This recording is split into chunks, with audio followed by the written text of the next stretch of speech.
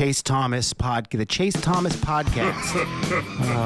My nephew needs me to record. See, I already hate it. I hate it.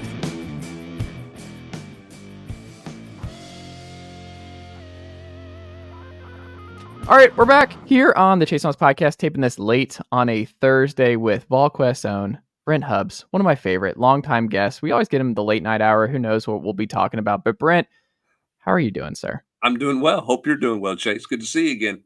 Good to see you, man. I think I feel pretty good. I think when you're talking about on Volquest this week about I don't think this is going to get resolved anytime soon with what's looming over the University of Tennessee and really just the NCAA as a whole right now. Don't stress about it, Tennessee fans. Is that what you would tell the general's quarters and everyone else? Is like, this isn't going to get resolved soon, but look, just strap in and go about your day and enjoy this basketball run, enjoy baseball season right around the corner. And look, it'll play out, but hey, this is going to take some time. I think people are getting really amped up because they're seeing a lot of folks talk about it. And it seems like a lot of people are getting involved. You obviously the politics aspect to it. I think people are, maybe they're all fired up because they think this might be a quick thing because so many people are involved and lawsuits are coming down the pike, this and the other.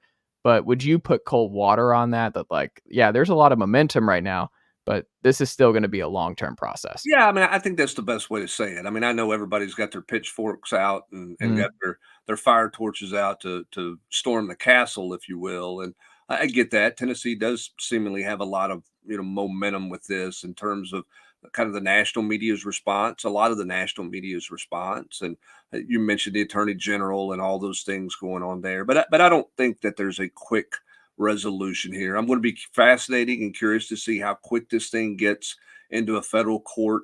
That'll take place in East Tennessee. How quick does that happen? What's the immediate result of there? Then you're going to go through an appeals process. And then where does the NCAA go with a letter of allegations at some point? Does that does that happen? When does that happen?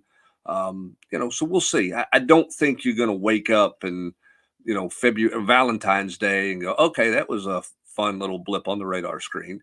I think it's going to take longer than that to get to a final resolution. And the college athletics world is collectively watching to see what happens with this, starting first with this court case, this lawsuit.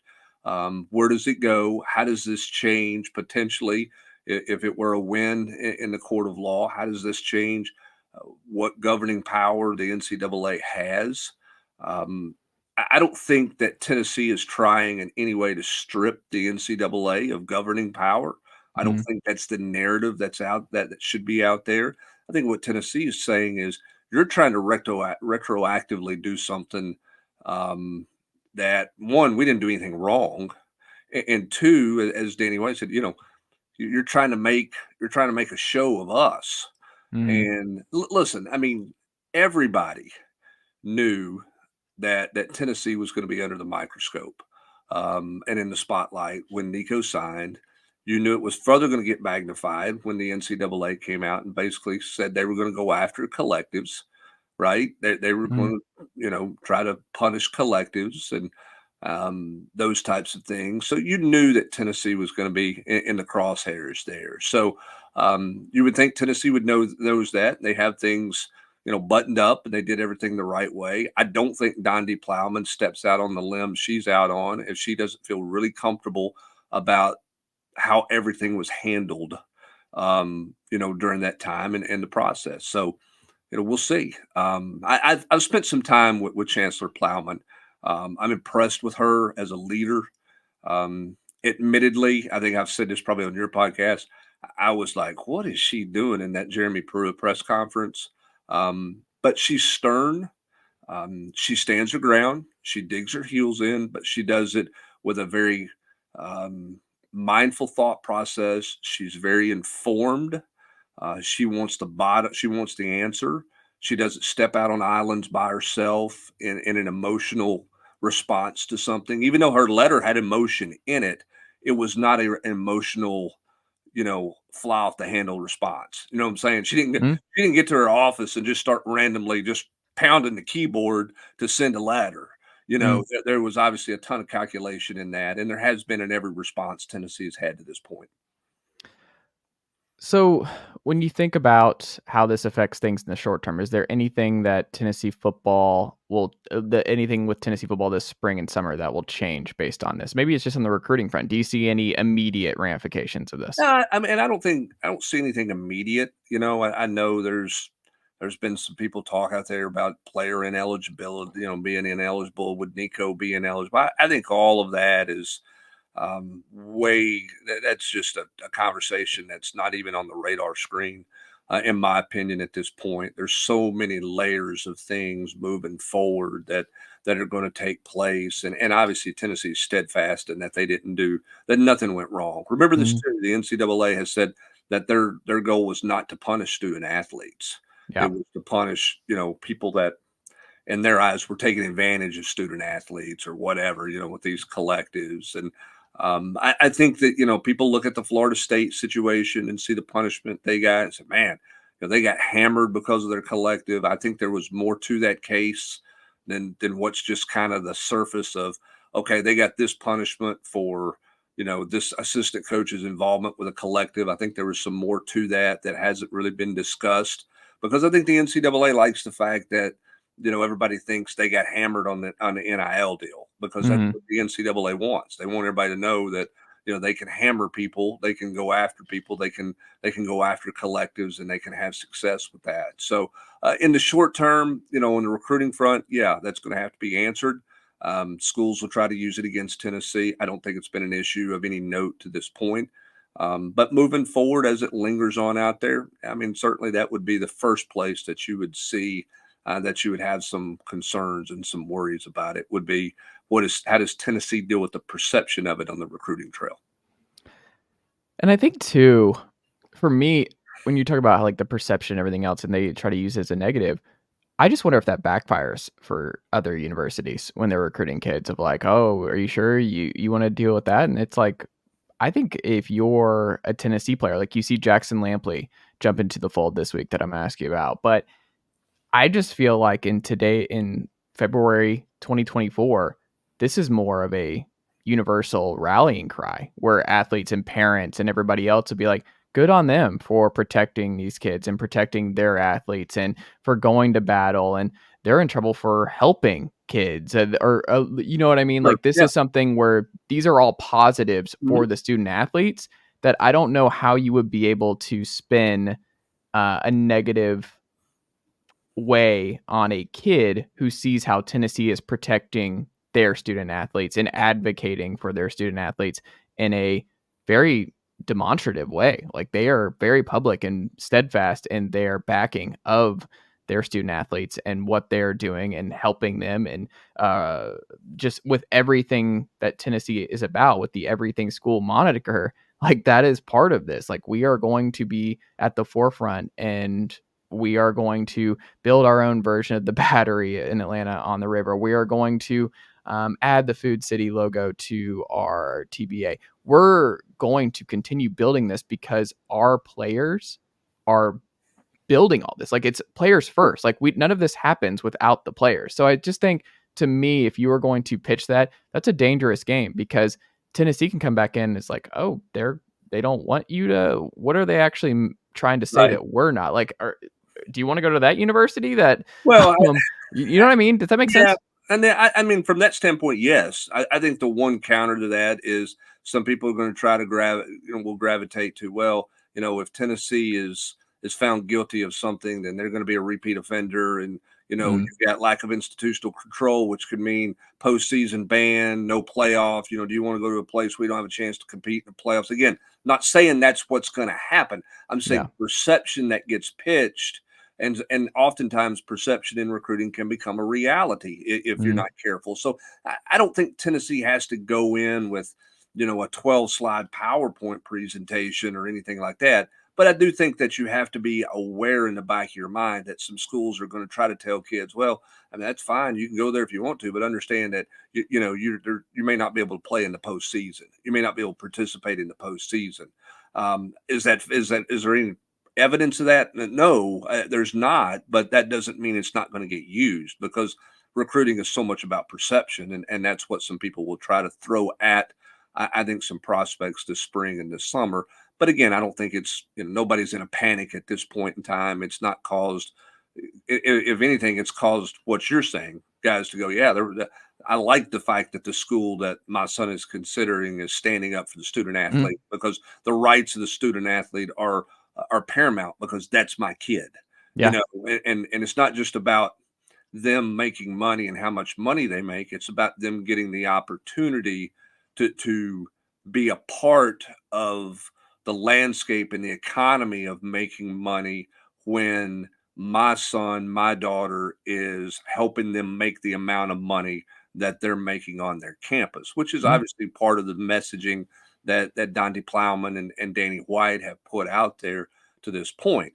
And I think, Donde Plowman said this on, I get my days confused. I think she said this on Wednesday when she was with some media people caught up to her before a meet and greet on campus. And she said, I'm not comfortable with the direction of college athletics, and I think Danny White has mentioned that as well. And we've seen Jim Harbaugh talk about the need for revenue share. Nobody is saying that they want it to be the wild, wild west. Everybody is wanting, everybody in power, okay, in power in athletics and at universities, want some kind of guardrails, some kind of parameters, some kind of guidance, control, if you will, legislation, if possible, to manage what is the wild, wild west. But the point is, how are you going to punish when it is the wild, wild west right now? And until, I think that's what Donnie Plowman's saying is, hey, let's work on some things to fix the problem, instead of trying to punish for something that had no rules around it in the first place.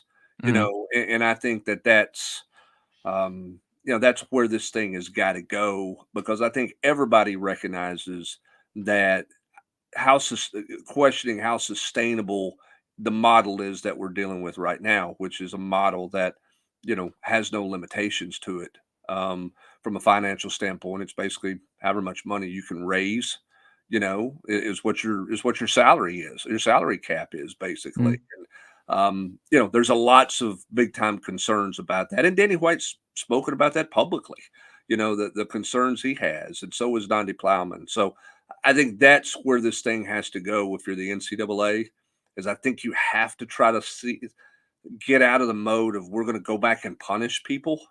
Yeah. And we got to come up and work together and come up with solutions, not deflections. Yes, exactly. And that's, we'll see if we ever get to that point. I think that requires leadership.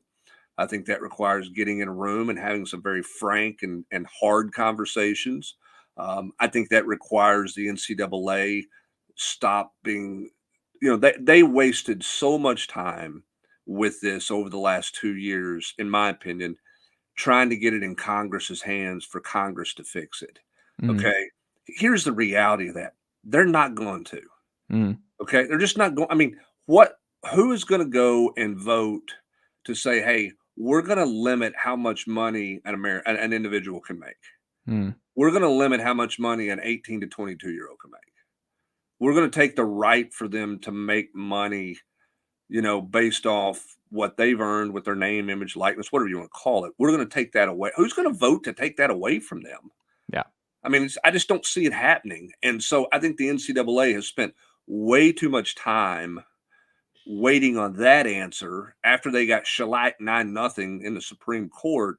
Like, why did you think that was going to change? At that point, you better start working on finding parameters to create some rules and some guidance, and stop trying to put the toothpaste back in the tube, because it's out and it's not going back, in my opinion.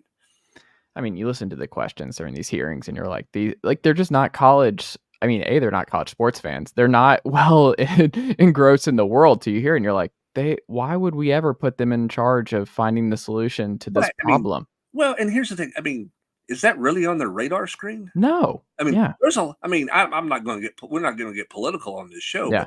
but they got a lot of things that are ahead of their to-do list. Right. That doesn't include how much money a college athlete makes playing a game, playing a sport. It's just not a priority, nor should it be at this point. You should have had some regulations a long time ago. You didn't.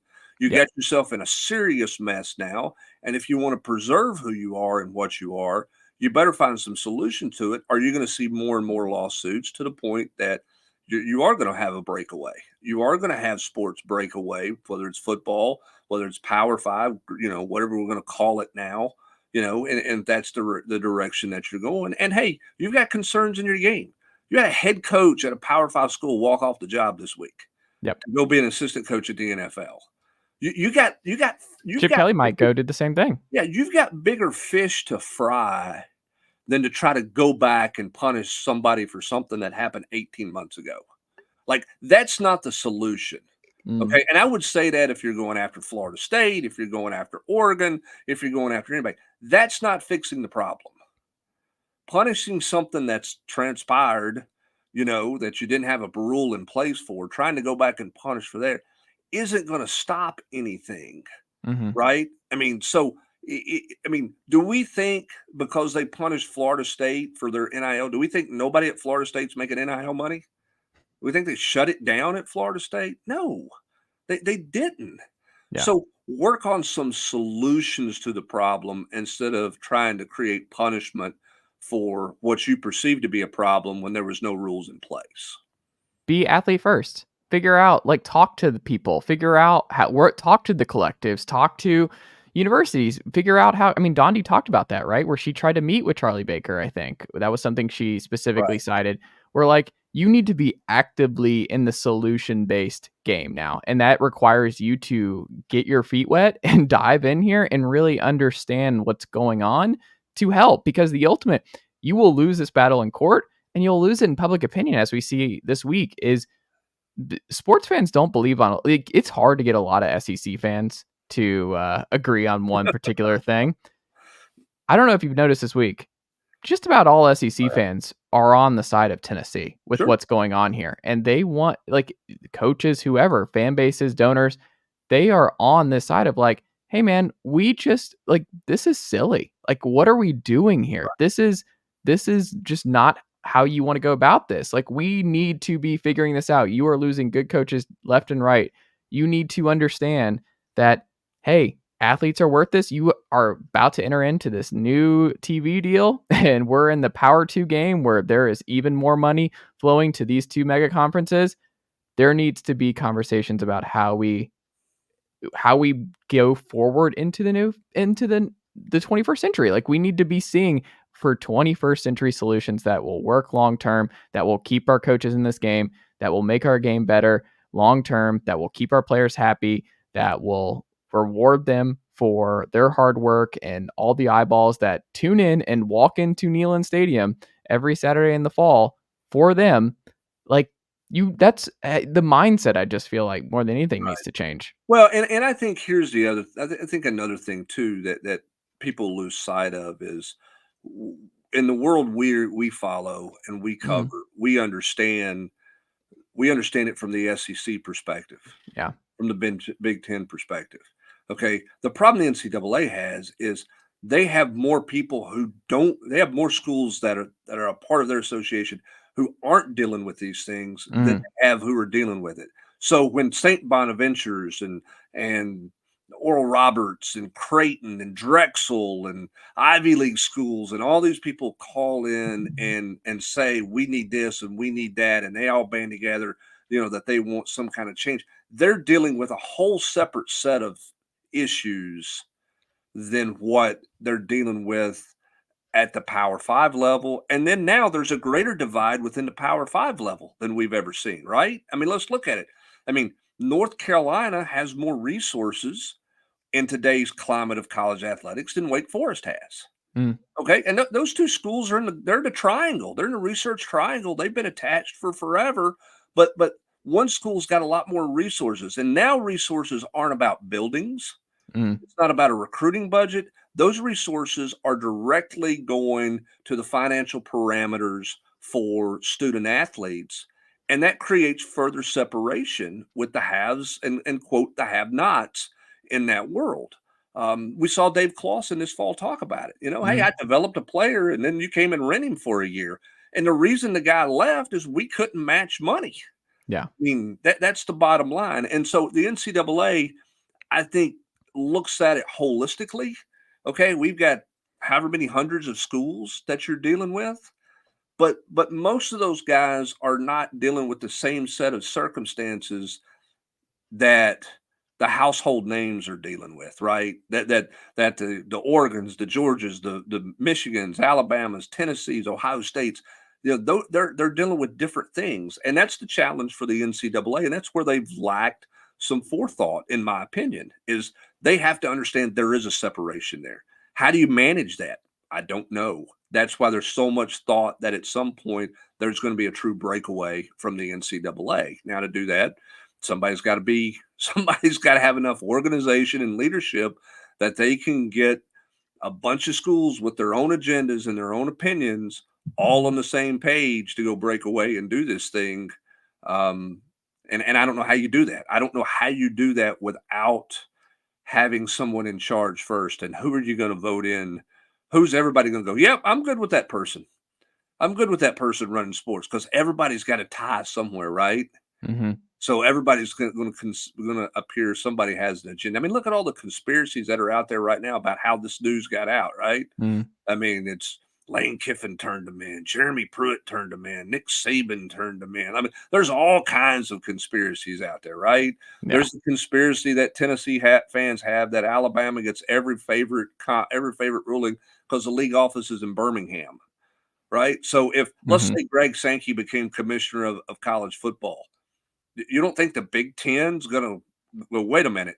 They get every break under the sun. The guy that has basically gotten everything that the league's ever wanted, whether it's getting a team in a playoff or whatever, has gotten accomplished. He's going to be in charge. We're hosed, right? Like, how do you get somebody that everybody goes, yeah, we're good with that. We're good with that person. We're good with them being in charge. That's the challenge if you're ever going to get to a breakaway. And I know it's not the question you asked, but I think that's going to be one of the stumbling blocks for everybody to break, for the Power Five haves to break away from the Power Five have-nots. I don't think it's the Power Five anymore. I think it's the Power Two that breaks, and then the remnants of the other ones. And I think you kind of need to get to that point anyway, because the other sports just cannot keep going with this. You can't have Rutgers flying to UCLA and tennis and this, that, and the other, where it's like, I mean, Chip Kelly had the best answer a few weeks ago on how he would do it. Which is why he's trying to get NFL OC jobs. 100%. And we look at that, and I'm like, that's why I would want to ask the NCAA. And I'm like, you don't think this is weird? Like, they're like, what is your thought on this? And this is how you're spending your time on Tennessee, and you're seeing Jeff Hafley and Chip Kelly, two sitting Power 5 head coaches, take coordinator jobs potentially in the NFL in the same offseason. Like, you just lost your best coach of all time. Who knows? Like, the age was obviously a factor, but he talked about this year was especially difficult for him. I mean, it's not getting any easier for any of these coaches. So you look at it, I'm just like, who are y'all talking to? Like, what world are you living in where, I mean, it's just, coaches aren't getting Christmas. Coaches aren't getting any, like, it's just a tough life. Like, something has to change eventually, because it just can't continue like this. I just don't see any of these guys being able to put up with it for 5 to 7 more years. I don't disagree. Now the money's large, so we'll see. Yeah. I mean, but here's the other thing that the NCAA and everybody has. While there's these problems, whether it's calendar for coaches, whether it's the NCAA's inability to govern, NIL and that type of thing, all that's out there. The entertainment value of the sport has never been better. Mm-hmm. And it's only going to improve with an expanded playoff. December's only going to be, now it's not going to be better for coaches if the calendar hasn't changed. In fact, it's going to be worse. But for the fan and the entertainment value, which is what's driving your dollars, it'll never be better than it's going to be next year. The NCAA just did a solid for Tennessee, right? Like, Tennessee versus everybody shirts are going to be everywhere. Like, we're already fired up for Nico, but now you have this in the fold. Well, think about it. I mean, you've taken a basically month-long break from your game. Yeah. Now you're not. You're not going to take a month-long break. You're going to play playoff games. Okay? You're going to create an NFL type month. Look, the last 3 weeks of the NFL world has been pretty good, right? With wild card Saturday and and all that stuff, and then the conference championship. That's what you're going to create in the college with free agency inside.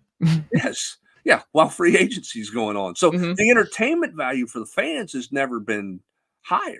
Yeah. Okay, you got to fix it, right? Because the product is not getting worse. Now, the people creating the product, their life's not as good as it used to be as a coach's standpoint. Life for players is better than it's ever been. Okay, and your entertainment value is really good. So your game's not suffering. Your Mhm. sport's not suffering from that standpoint. It's suffering from the fact that you don't have the ability to govern it in a lot of ways, and it's suffering from the fact that you're at a risk of running good people out of the game. But for the general fan sitting in Section M, right? He's like, why would that coach leave? He's making $9 million, $10 million a year. By God, this is great. We got a home playoff game in December. I love this sport. Mhm. Sign me up. That's why Tennessee's got a waiting list for season tickets. The Yeah. entertainment value of the game's never been better. No, I mean, even across the board, like, I mean, you've been covering Tennessee a long time. Have you ever seen Tennessee this strong all across the board for a full calendar year? Like, fans get something year round. Like, you're a top 10 program in basketball, football, and baseball right now. Which That's, I mean, which is why if you announced tomorrow, hey, Dondy Plowman's going to be outside, at the what is it, the Vic Davis statue there at the Torchbearer, oh, yeah. and she's going to be there for the next couple hours. If you want to come by and say hi, there'll be people driving. There'll be people taking a late lunch who have no affiliation to Tennessee, never stepped Yeah. on, never been in a classroom in Tennessee, who just want to come by and shake her hand and say thank you. Mhm. Thank you for what you're doing for the fans, for the sport that I love. Yeah, I mean, that's why, I mean, with where Tennessee's at athletically and as a school right now, yeah, there's a lot of people. It's Dondy and us against everybody, and they're Yeah. ready. They're ready to go. That's why they got their pitchforks ready. It's And she's Tennessee fans are she's willing to Mel pick up. Gibson in Braveheart, right? I mean, and she's got a Bringing whole that army sword. behind her. Oh, Yeah, absolutely. 100%. Yep. I mean, is there any, I don't think there's a president with a better approval rating with its constituents and its fans than Dondi Plowman across the country right now. No, she's. I mean, for what she's done, I mean, she took a strong stance, Yeah. and a lot of people questioned, with Jeremy Pruitt, and it worked out in Tennessee's favor because Pruitt's no longer here. You didn't pay him a bunch of money to go away. It didn't cost you a bowl game. Yeah, it cost a fine, but nobody's affected by that. Some scholarship numbers that are very manageable. Okay. And you got in new leadership, which has done well, a football coach who's already beaten Alabama and beaten Clemson in a bowl game. Yeah, you fixed it. Mhm. You've made it better, and you embrace as a university leader. You embrace athletics. You recognize it's important. She is, and I've had a chance to spend time with her. She is a sports fan. Mhm. She likes sports. She understands its value, but she also likes sports. She was a little league mom. She Mhm. was a football mom. She loves being a part. That's why she's at all these events. Yeah, Yeah. it's there for there's reasons for her to be there. It's political, it looks good and all that other stuff. But she thoroughly enjoys being at those sporting events. And listen, Tennessee went through a bunch of chancellors where that was not the case. They didn't care about going to sporting events. They didn't care about being seen at a sporting event. She's in the crowd with all these people at sporting events. Yeah, I mean, and she understands everybody's the gonna front be, porch of your university, right? Like when it's strong there, it permeates down. and she recognizes that. I mean, I listen, I'll give that selection committee credit. They finally got that position right, and God Mhm. knows it took them forever to do it, but they have finally got that position right. Because here's the thing she's done. She's obviously recognized the importance of athletics as a front porch. And she's hired good people to help run athletics, right? Danny White Mhm. inherited a pretty good situation outside of football, but he's done a good job with football. They've continued to grow. But then you look at it on the academic side, she's done some really good things on the academic side and growing the business department and the engineering department, and what they're doing with a plan for facilities for growth and addition of students and all of those things. I mean, she's been a home run hire, and Yeah. there's no other way to say it than that at this point. What she's done, managing COVID, managing through the NCAA once, now a second time, um, that nobody has carried more popularity and confidence with the fans and the alumni than what she has right now. So how much do you know about what's going on with Jackson Lampley, and how does this affect things on the national level? That's a great question. I mean, obviously, he's attached himself to the lawsuit and saying that as a student athlete, um, he should have, you should have the opportunity not only to make money, but how much money you could potentially make at a school is a factor in deciding. And he equates it to, you don't take a job without knowing what your salary is going to be. Hmm. When you go through that process, if you're a graduate and you've got a headhunter who's helping you find a job and he brings you 3 or 4 potential interviews to go see, you want to know what that salary is. What's my earning potential at these places? And I think that's where what Jackson Lampley is trying to say is, that you have the right, you should have the right to know what that earning potential is and what you can make, and that's a part of the landscape of the world that we live in now. Um, I don't know that it has a great effect on the specifics in what the NCAA has been investigating. But if we're going to move this discussion, if part of this lawsuit also yields the discussion that needs to take place, then that's a component of the discussion that has to be involved here. The student athlete has to be involved in the Hmm. discussion. They have to be, because it's antitrust. Are you going to get a collective bargaining deal? Are you going to unionize?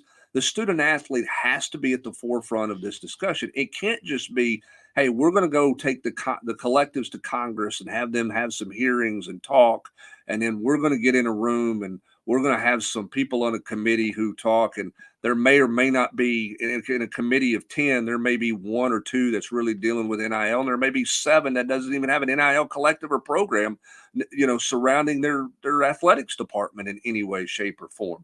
At some point, you've got to include the student athlete in the conversation. I think what you hope comes out of this is a realization for people around the country and states, whether it's politicians, attorney generals, the NCAA, other university presidents and ADs and everything else, that we're in a different world. Hmm. We have to stop and say, you know what? We're not going back to how it was in 1995 or how it was in 2005 or how it was in 2015. Hmm. Those days are gone. You've got to adapt to change. Well, what does that change look like? Well, you better get the information from all sides to understand what the change looks like. And we'll see if that comes out of this, because I thought that was what Jackson Lampley was speaking to in his comments in the New Sentinel article that were released in the attachment to the lawsuit. I love it. Well, Brent, I feel better. I hope Tennessee fans listening to this are gonna feel better. It's no room to panic. This is all good. Tennessee's still rolling all across the board. It's like everything's good. Like everything's fine. Don't panic right now. No, I mean, again, I mean, this is inevitable at some point.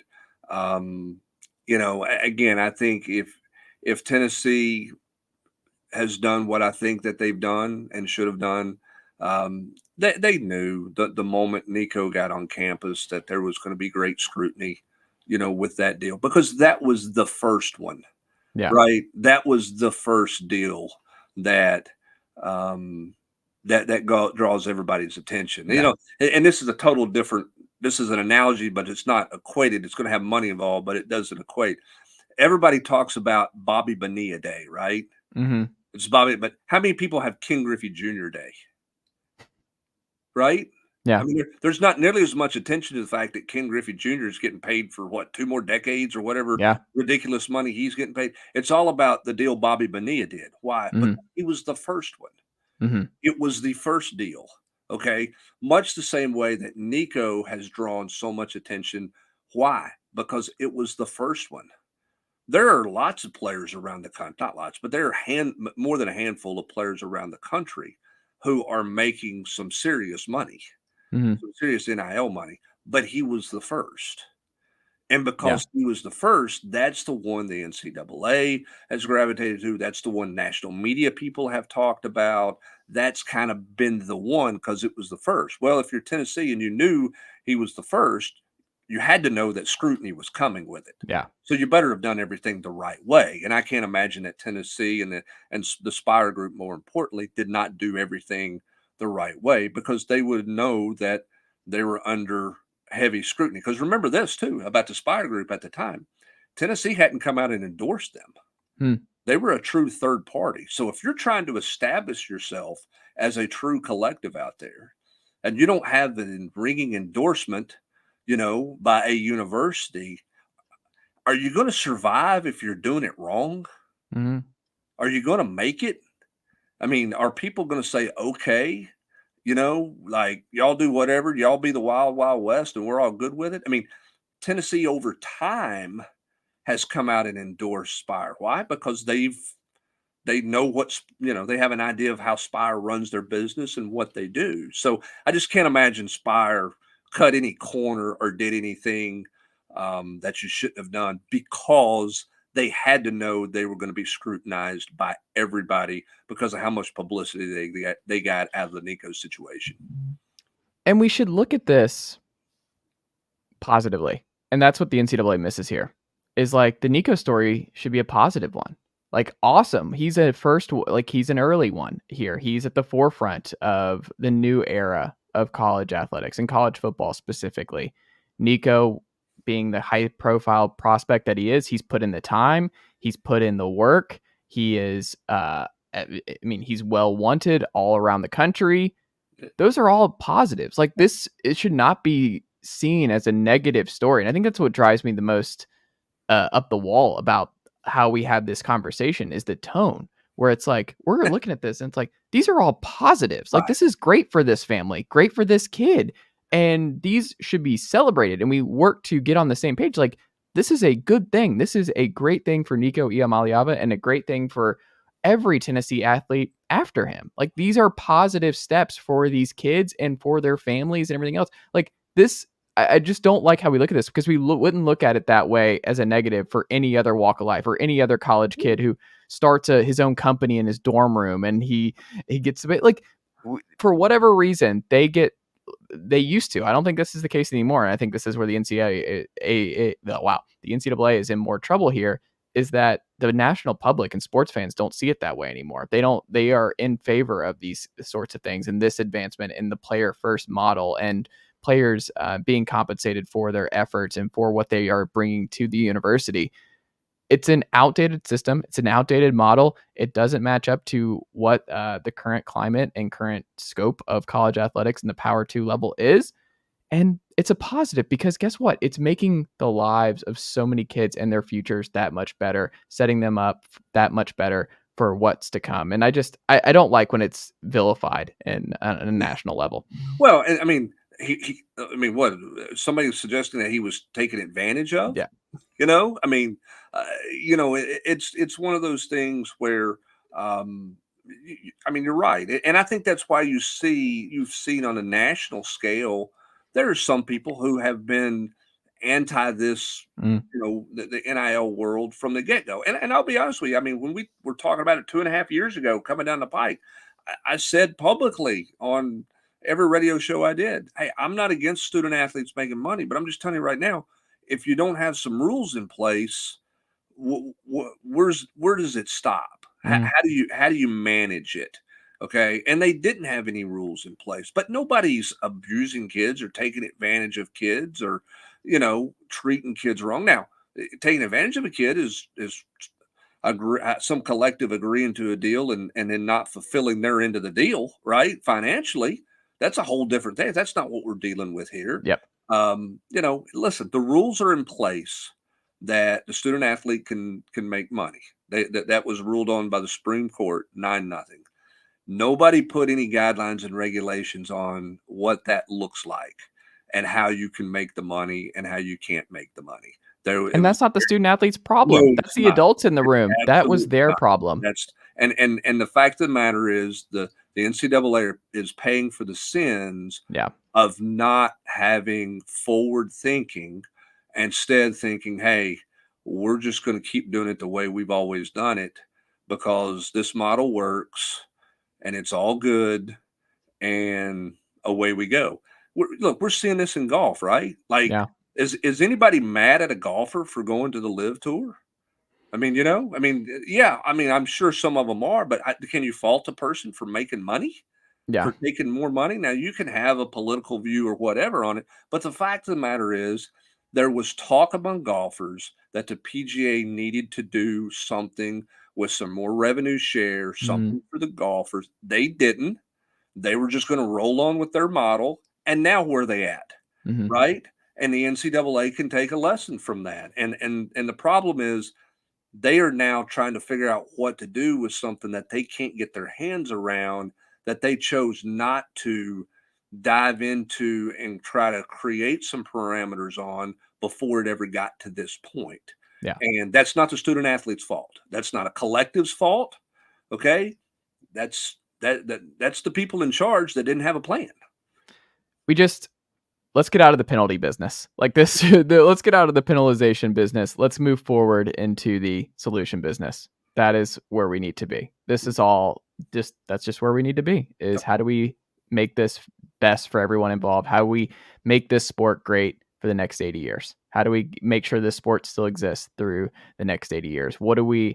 It's just the forward thinking aspect is Yeah. just got to be the forefront. Well, and you can't punish by continuing moving the goalpost.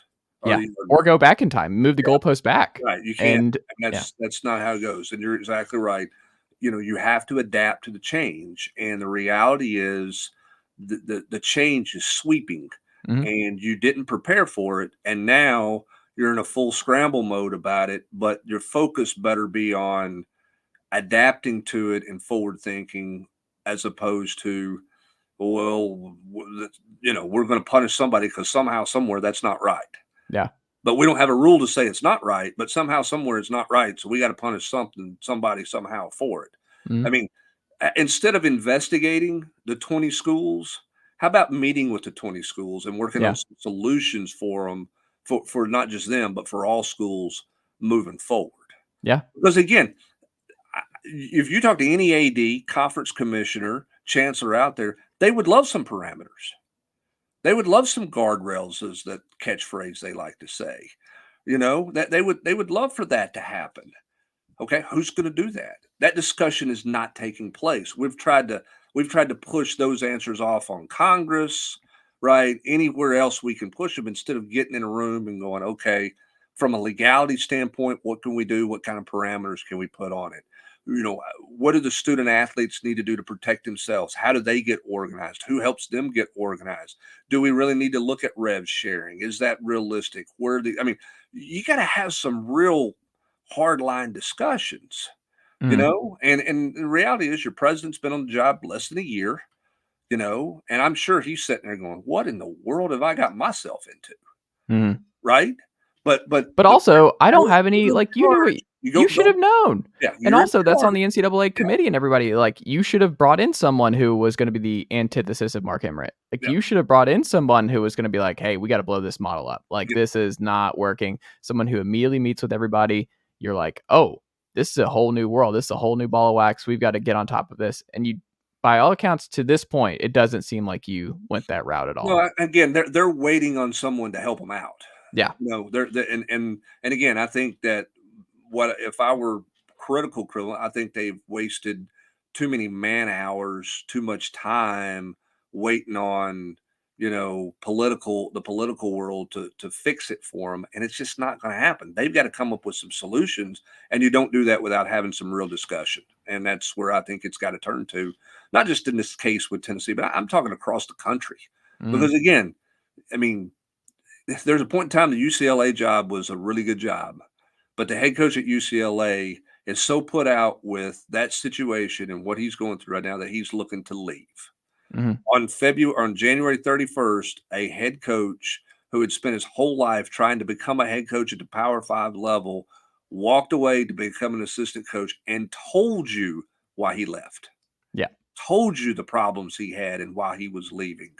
Those should be things that you should go, and you should have already known that, but those are further reminders of, we got some things we have to fix yesterday.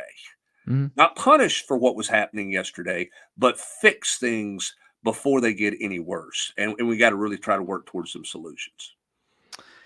Brent, what could the good folks check out from you and the team over at Volquest.com this week? Well, this basketball team is they didn't play well against South Carolina, but obviously a huge game against Kentucky and a great opportunity there. We're continuing to follow all of that. We got baseball just getting ready to get cranked up.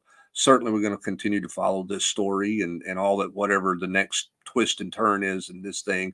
For football, it's rolling right along in your all-season winter program, and we'll continue to track how some of these newcomers at receiver and tight end and the transfer guys, how they're doing, and obviously what Nico's doing to lead those guys. He spent a lot of time with those new guys trying to help them get a grasp of the offense here over the last 10 days to 2 weeks since everybody's been back in town. That'll only continue until spring practice starts on March the 18th. And, of course, recruiting, big junior day coming up on Saturday, and a bunch of recruiting stuff coming from us here over the course of the next 3 or 4 weeks. Should be fun. I love it. Brent, always a pleasure checking back in with you, man. Absolutely. Anytime, man. Great to catch up. Enjoyed the conversation. Thanks, Brent. See you, bud.